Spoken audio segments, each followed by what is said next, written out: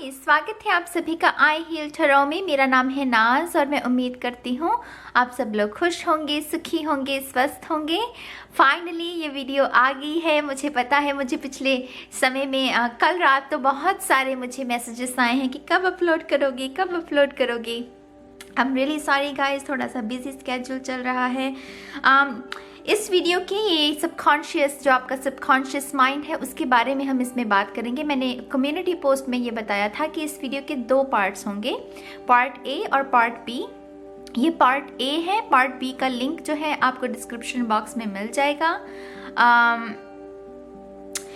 इसके 2 पार्ट्स बनाने का मेरा जो मकसद था गाइज, वो यही था कि मैं पार्ट ए में जो मेरा एक्सपीरियंस रहा है मेरे सबकॉन्शियस माइंड के साथ डील करने में, क्योंकि मेरे पास ये 3 ऑप्शंस हैं, राइट। हालांकि ऑप्शंस को जानने के लिए आपको पार्ट बी की जो इंट्रो है उसको देखना होगा। प्लीज़ उसे मिस मत कीजिएगा, इंट्रो को मिस मत किया कीजिए, क्योंकि उसमें बहुत सारी इन्फॉर्मेशन मैं देती हूँ आपको। तो इंट्रो को मिस मत कीजिएगा। जो 3 ऑप्शंस है मेरे पास, वो है सरेंडर, हील एंड कॉन्कर। इन 3 शब्दों का मेरे जीवन पर बहुत गहरा असर हुआ और मैंने खुद अपनी एक जंग लड़ी है। इन 3 चीज़ों को, अगर इन 3 ऑप्शंस की बात करें, सरेंडर, हील एंड कॉन्कर, हम सभी का सफ़र होता है। और इस वीडियो में मैं सिर्फ अपना वो जो सफ़र मेरा रहा है, मैं वही आपके साथ अपनी कहानी मैं शेयर करना चाहूँगी।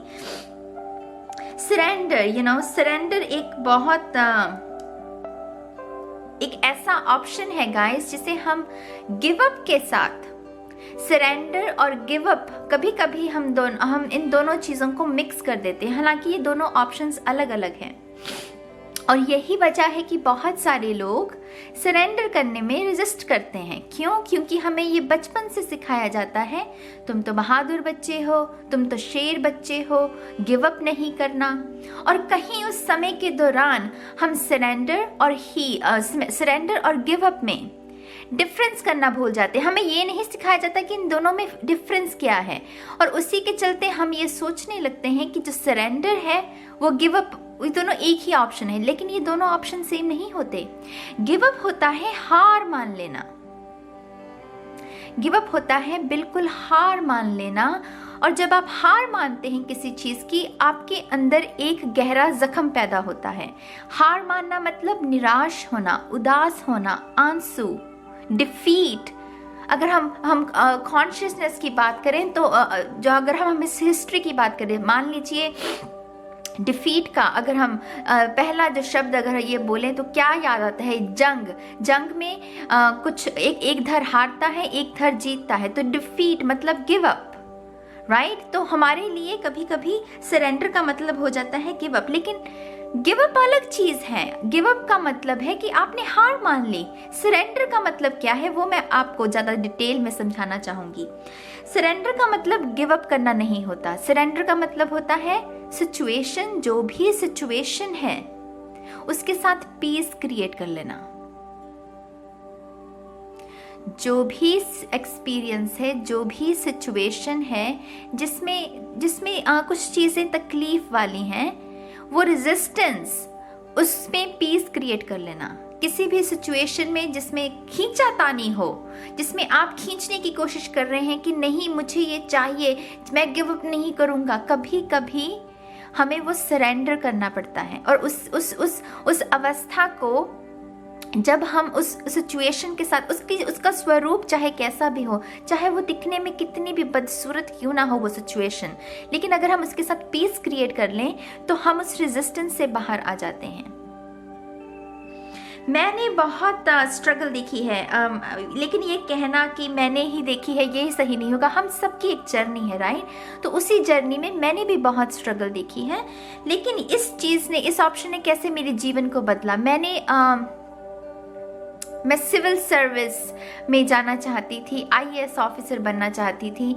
और ऐसा नहीं है कि मैंने मेहनत नहीं की, जैसे बहुत सारे एस्पिरेंट्स जो है मेहनत करते हैं, लेकिन मैंने भी की, लेकिन मुझे वो फल नहीं मिला। वो कभी कभी लक का बहुत बड़ा हाथ होता है। और मैंने 3 अटेम्प्ट्स दिए गाइस, लेकिन तीनों बार वो नहीं हुआ। मैं बहुत निराश थी। और ये वही समय था जब मैं एक अंदरूनी बदलाव से गुजर रही थी। तब मैंने ये जो शब्द है ये मेरे जीवन में आया। ये कैसे आया ये बहुत लंबी स्टोरी हो जाएगी, ये मेरे ख्याल से बताने की भी इतनी ज़रूरत नहीं है, लेकिन ये शब्द मेरे जीवन में आया। फिर मैंने इसको स्टडी करना शुरू किया कि हाँ इसका मतलब क्या है, सरेंडर का मतलब क्या है। मैं मेहनत कर रही हूँ, अगर मैं अपनी सिचुएशन पर इसको अप्लाई करूँ कि मैं मेहनत तो बहुत कर रही हूँ, जो बाकी लोग कर रहे हैं मैं भी वही कर रही हूँ, मॉक टेस्ट दे रही हूँ, किताबें पढ़ रही हूँ, लेकिन आईएएस नहीं बन पा रही। वो एक वो अटैचमेंट थी, क्योंकि उसके साथ तो रेजिस्टेंस बनी आ रही थी, डर आ रहा था क्लियर होगा कि नहीं होगा। और यही चीज़ें हमारे दिमाग में ना ब्लॉक्स क्रिएट करती हैं। लेकिन एक जादू हुआ, ऐसे जादू कहिए चाहे कुछ भी कहिए, लेकिन ये शब्द मेरे जीवन में आया और इसने मेरे जीवन को बदल दिया। वो एक मोमेंट होता है ना, आहा मोमेंट जिसे कहते हैं, आहा कि हाँ मुझे समझ आ गई बात। तो वो मोमेंट जब मेरे जीवन में आया तो वो मेरे ख्याल से मेरा कंप्लीट सरेंडर था। और जिस पल मैंने वो रेजिस्टेंस छोड़ दी कि हाँ मुझे ये इसीलिए मेरा क्लियर नहीं हो रहा क्योंकि ये मेरा मार्ग नहीं है, मैं कोशिश अगर इतनी कर रही हूँ और मैं आईएएस नहीं बन पा रही हूँ, वो इसीलिए क्योंकि मेरा ये मार्ग नहीं है, ये इस रास्ते पर मेरा जाना डेस्टिन नहीं है। और जैसे ही मैंने ये सरेंडर किया उस सिचुएशन के साथ, जब मैंने पीस क्रिएट कर ली, मेरे लिए मतलब एक नहीं, दो नहीं, 10 दरवाजे जिसे कहते हैं गाइस, 10 दरवाजे मेरे लिए खुल गए। ऐसे ऐसे चमत्कार मेरे साथ हुए जिन्हें मैं शब्दों में भी शायद बयान ना करूं। और उन्हीं में से एक चमत्कार था मेरे कनाडा का वीज़ा। मतलब वो मुझे याद है, मैं जब अपना वीज़ा लेने के लिए वो वीज़ा ऑफिस जिनसे मैंने अपनी एप्लीकेशन, अपनी फ़ाइल जो लगवाई थी, जब मैं उनके पास की तो उन्हें भी हैरानगी हो रही थी कि मेरा वीज़ा आ गया, क्योंकि जो मेरा केस था वो बहुत कॉम्प्लिकेटेड था। वो गैप था स्टडी का और वो बहुत सारी चीज़ें होती हैं, लेकिन उन्हें भी यकीन नहीं था कि मेरा वीज़ा लग गया है। तो सरेंडर में बहुत ताकत होती है गाइज। हम सोचते हैं कि ये एक ही ऑप्शन है और इसी के साथ यही है हमारा जीवन, लेकिन कुदरत ने आपके लिए और कौन कौन से नज़ारे स्टोर में रखे हुए हैं, उसके लिए सरेंडर बहुत ज़रूरी है। मैंने गिव अप नहीं किया। गिव अप का मतलब क्या होता है? गिव अप का मतलब है कि मैंने हार मान ली कि हाँ मैं आईएएस नहीं बन सकती। नहीं, वो निराशा की बात है। मैंने कहा कि ये मेरा मार्ग नहीं है, इसीलिए मैंने उस सिचुएशन के साथ पीस क्रिएट कर ली। और मैंने अपने आप से कहा अगर ये मार्ग नहीं है तो डेफिनेटली कोई और मार्ग होगा। और वो दूसरा मार्ग क्या था? वो 10 नज़ारे जो मेरा इंतज़ार कर रहे थे, वो 10 नज़ारे जो मतलब एक से बढ़कर एक। और उनमें से मैंने अपने इस कनाडा के वीज़े को चुना और मैं आज यहाँ बहुत अच्छे जीवन में हूँ। मैंने बहुत सारी चीज़ें सीखी हैं, मैं बहुत ज़्यादा स्ट्रांग हुई हूँ यहाँ आकर। तो डेफिनेटली सरेंडर, आप में से जिन लोगों ने भी इस ऑप्शन को चूज करने का सोचा हुआ है ना, छोड़ दीजिए, उस रस्सी को छोड़ दीजिए। उसका कोई अर्थ नहीं है, उसका कोई रिजल्ट नहीं निकलेगा। पीस क्रिएट कीजिए अपनी सिचुएशन के साथ। उसमें पीस क्रिएट करने के लिए क्या करना है आपको? वो सिर्फ एक गहरी सांस कि हाँ जो होगा अच्छा होगा।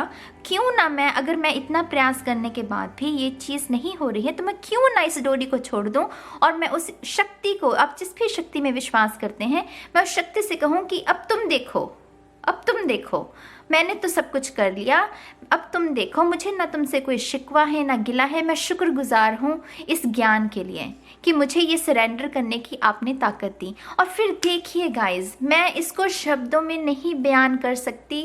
ये क्यों होता है चमत्कार मुझे नहीं पता। मेरे पास इतना, मैं कोई विद्वान नहीं हूँ, मेरे पास इतनी समझ नहीं है, लेकिन कुछ चमत्कार होता है, एक मिरेकल होता है।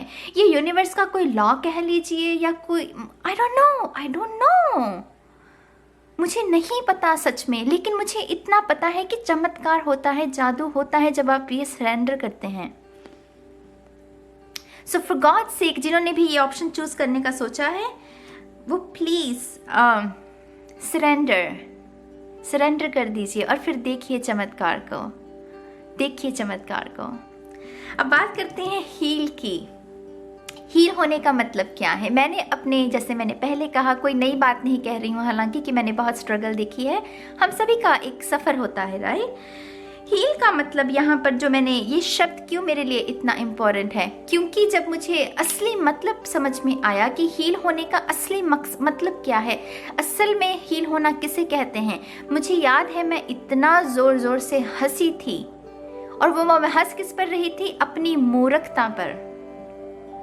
जानते हैं असली हील होना किसे कहते हैं? असली हील होने की जो रियलाइजेशन है वो ये है कि आप कभी बीमार थे ही नहीं।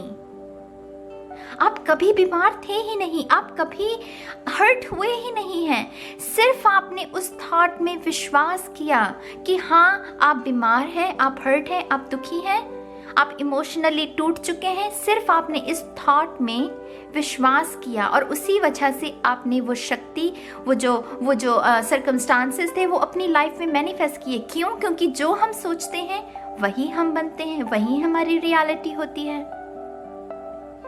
मुझे याद है जब मैं इस फेज से गुजर रही थी जिसमें मुझे लग रहा था कि मैं बिल्कुल बिखरी हुई हूँ, कुछ अच्छा नहीं होने वाला, वही नेगेटिव थॉट्स। लेकिन फिर से मैं कहूँगी मेरा पूरा जीवन जो है वो चमत्कारों से भरा हुआ है गाइस।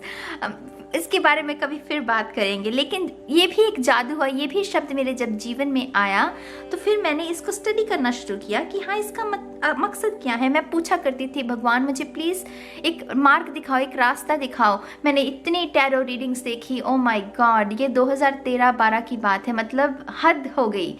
मैं तो 1 साल तो मैं इतना फेडअप हो गई थी टैरो रीडिंग से। मैंने इनको इतना मतलब कोसा टैरो रीडर्स को ऑनलाइन, क्योंकि मैं इंग्लिश में देखा करती थी पहले, लेकिन मैं उनसे जब थक हार गई तो फिर मैंने इंडिया की जो टैरो रीडिंग्स है वो देखनी शुरू की। लेकिन अगेन यहाँ तो और भी तांडव मचा हुआ है। भारत के टैरो रीडर्स तो माय गॉड, यहाँ तो और भी तांडव है। तो मैं इतनी निराश हो गई थी टैरो रीडिंग से कि मैंने कहा कि नहीं, अब मैं इनकी बात नहीं सुनूंगी, मैं अपना हल खुद ढूंढूंगी। तो उसी के चलते मैंने खुद जब रिसर्च करनी शुरू की कि हीलिंग का मतलब क्या। और एक दिन ये कमेंट किसी वीडियो पर मैंने रीड किया कि जो असली हीलिंग है वो सिर्फ इस रियलाइजेशन में है कि आप कभी बीमार नहीं थे। और उसको पढ़ते हुए अगेन वो आहा मोमेंट जहां आपका मन आपको कहे कि हाँ ये सच है, ये बात सच है, इसमें कोई दो राय हो ही नहीं सकती। तो वो आहा मोमेंट कि हाँ मैं तो कभी बीमार थी ही नहीं, मैंने तो सिर्फ विश्वास किया इस थॉट में। अगर मैं इस थॉट में विश्वास करूं कि मैं ऑलरेडी हील्ड हूं, मैं ऑलरेडी इमोशनली मजबूत हूं, अगर मैं इस थॉट को अपनी एनर्जी दूं तो ये तो कुछ दिनों में ही मैं मैनिफेस्ट कर सकती हूं। और मैंने किया। मैं अब मेंटली इतनी स्ट्रांग हूं कि रही भगवान का नाम मैं इमोशनली इतनी हील्ड हूँ। मैं अगर किसी के पास बैठी हुई हूँ, मैं अगेन अपनी बढ़ाई नहीं कर रही, लेकिन लोग मुझसे ये खुद आकर कहते हैं नाज कि हम चाहे जितने भी टूटे बिखरे क्यों ना हो, हम बस आपके पास आकर बैठ जाएं तो हमें अच्छा लगने लगता है। और ये कोई चमत्कार ऐसा नहीं है कि मैं कोई स्पेशल इंसान हूँ, नहीं, आप भी कर सकते हैं। मैं अक्सर कहती हूँ कि सिक्स सेंस सभी के पास होती है, साइकिक एबिलिटी सभी के पास होती हैं। मेरी जागृत है क्योंकि मैंने मेहनत की है, मैंने एफर्मेशंस को यूज़ किया है, मैंने अपनी ऊर्जा को खुद पर लगाया है, दूसरों पर नहीं। मैंने मेडिटेशन की है, मैंने फिलॉसफी, हम अच्छी किताबें पढ़ी हैं, सही वक्त को सही समय पर इस्तेमाल किया। आप करेंगे तो आप तो शायद मुझसे भी आगे निकल जाएं, किसे पता आप मुझसे भी ज़्यादा समझदारी की, जो आपको लगता है कि अगर मैं समझदारी की बातें करती हूँ तो आप मुझसे भी ज़्यादा ज्ञान प्राप्त कर सकते हैं। लेकिन ये जो आहा मोमेंट है ना, इसके लिए आपको दूसरों की बातें कम सुननी होंगी। अगर आप मैं इसीलिए कहती हूँ कम टैरो रीडिंग्स देखिए, मेरी भी मत देखिए। मैं कहती हूँ मेरी बात भी मत सुनिए, खुद को खोजिए। तो खुद की खोज में निकल, तो किस लिए उदास है, तो चल तेरे वजूद की समय को भी तलाश है।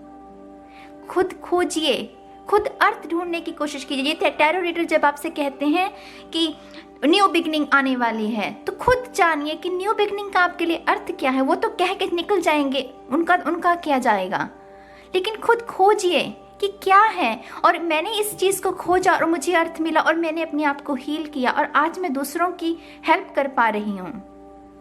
इस तरीके से आप अपने लाइफ पर्पस के साथ भी जुड़ते हैं। हालांकि टैरो रीड करना मेरा लाइफ पर्पस नहीं है। मुझे अक्सर लोग कहते हैं कि वाह नाज, तुम तो अपने लाइफ पर्पस से जुड़ी हुई हो, और मैं मन ही मन मुस्कुराती हूँ और कहती हूँ ये कितने भोले लोग हैं जिन्हें ये लगता है कि टैरो रीड करना मेरा लाइफ पर्पस, ये कैसे मेरा लाइफ पर्पस हो सकता है। लोगों को हील करना, लोगों के जीवन में खुशियाँ लेकर आना, वो मेरा लाइफ पर्पस है।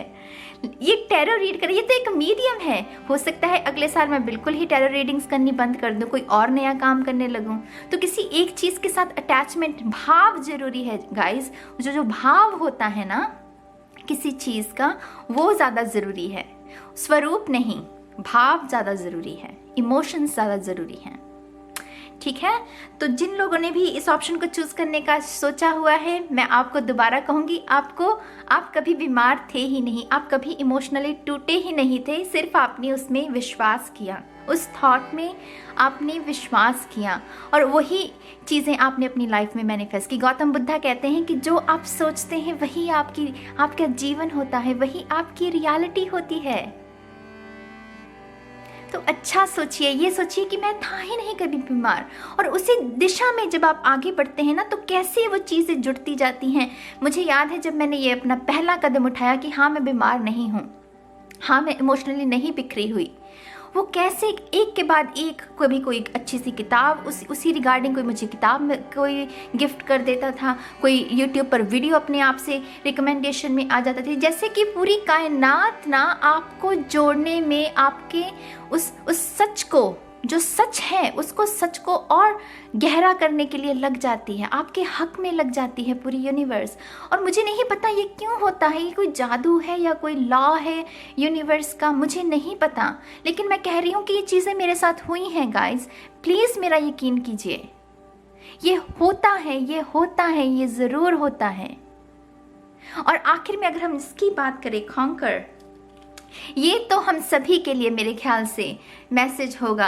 कभी किसी को अपने डर को कॉन्कर करना होता है, घबराहट को करना होता है, सोशल एंजाइटी को, कॉन्फिडेंस की कमी होती है, कभी कभी हमें कुछ एडिक्शंस को कॉन्कर करना होता है। मेरे जीवन में भी बहुत सारी ऐसी चीज़ें थी जिन्हें मुझे कॉन्कर करना था। मैं आज भी कर रही हूँ, मैं आज भी सीख रही हूँ, लेकिन कॉन्कर मैं हमेशा जब भी इस शब्द को सोचती हूँ ना तो मेरे मन में एक वो गीत आता है कि हमको मन की शक्ति देना, मन विजय करें, दूसरों की जय से पहले खुद को जय करें।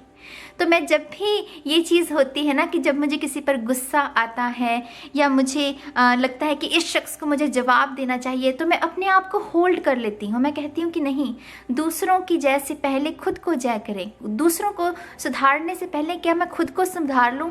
अगर मैं कह रही हूँ कि मुझे इस पर गुस्सा आ रहा है, तो मेरे अंदर भी कोई ऐसी चीज़ होगी कि किसी को मुझ पर गुस्सा आता हो, तो वो जो चीज़ है मैं उसे सुधारूँ, मैं उसे कॉन्कर करूँ। यही होता है गाइस जब आप अपनी ऊर्जा को दूसरों पर नहीं खुद पर लगाते हैं। मुझे अक्सर लोग कहते हैं कि वो मेरे जैसा बनना चाहते हैं, हालांकि मुझ में ऐसा कोई गुण नहीं है। मुझे नहीं लगता, आप मुझसे भी अच्छे लोग हैं जो मुझे इतना प्यार देते हैं।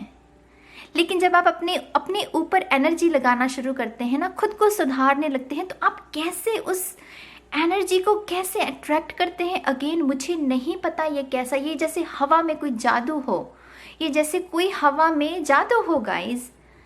मैं इस जादू को शब्दों में बयान नहीं कर सकती। मेरे शब्दों की वोकैबुलरी जो है ना मेरी, वो बहुत लिमिटेड है। ये कुछ बड़ा है, ये ब्रह्मांड, ये शक्ति, मुझे नहीं पता मैं अगेन आई एम स्पीचलेस। मुझे नहीं पता मैं क्या कह रही हूँ, मैं क्या आप समझ भी रहे हैं मेरी बात को नहीं। मैं बहुत ज़्यादा आई नो मैं बहुत इमोशनली अपने आप को एक्सप्रेस कर रही हूँ, but this is true right. ये सच है, यही सच है। और मुझे इसीलिए कोई हिचकिचाहट नहीं हो रही अपने आप को एक्सप्रेस करने में, अपने आप को आपके सामने मैं जो हूँ, जो मैं महसूस करती हूँ ब्रह्मांड को लेकर। मुझे लोगों से ज़्यादा ब्रह्मांड जो है वो ज़्यादा अट्रैक्ट करता है, क्योंकि उसमें जादू है, उसमें जादू है। लोगों में छल कपट हो सकता है, लेकिन यूनिवर्स जादू से भरा पड़ा है। और जब आप उस एनर्जी के साथ काम करते हो, वो कैसे प्लेफुल होती है, वो कैसे आपके साथ खेलती है, वो कैसे आपको छूती है और कैसे वो आपके साथ खेलती है, वो मखमल सा एहसास, मैं उसे शब्दों में नहीं बयान कर सकती। आई स्वेयर टू गॉड, मैं उसे नहीं बयान कर सकती। उसके लिए आपको खुद उसका एक्सपीरियंस करना होगा। दिन रात आपका जादू से भर जाता है, आपको समझ में नहीं आता कि है ये वो आहा मोमेंट पहले तो एक बार होगा और फिर 24 घंटे में शायद 10 बार हो जाए। और आप समझिए कि अगर कोई अगेन बार बार आहा मोमेंट में जाता रहे तो उसका जीवन तो कैसे जादू से भरा होगा, आप बताइए मुझे। मैं चाहती हूँ कि आप सबके जीवन में भी ये आए। टैरो को सारी उम्र तो मैंने भी नहीं पढ़ना, और मैं नहीं चाहती कि आप भी सारी उम्र टैरो को सुने। टैरो की गाइडेंस एक लिमिटेड समय तक है, इसकी गाइडेंस को लेकर इससे आगे बढ़ना है। मैंने सारी उम्र टैरो रीडिंग्स नहीं करनी, आपने भी सारी उम्र टैरो रीडिंग्स नहीं सुननी। टैरो के गुलाम मत बनिए, ये सिर्फ एक टूल है। उस टूल से अगर हमें गाइडेंस मिल गई तो फिर इस टूल की हमें ज़रूरत नहीं, फिर हमें आगे बढ़ना है। ठीक है, मैं इस पार्ट को मैं यही ख़त्म करूँगी। मैं उम्मीद करती हूँ कि आपको मेरी कुछ बातें समझ आई होंगी। मैंने बहुत ईमानदारी के साथ अपने आप को, जो मेरी वल्नरेबल साइड है, मेरी जो ट्रू सेल्फ है, मैं ऐसी ही हूँ, मैं ऐसी ही बातें करती हूँ, मुझे ऐसे ही खुद को एक्सप्रेस करना पसंद है।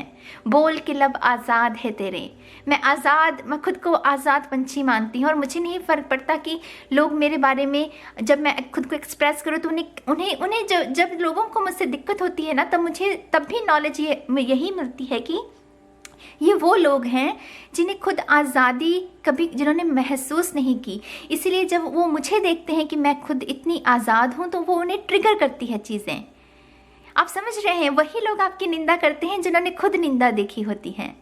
तो कोई बात नहीं, वो कोई बात नहीं।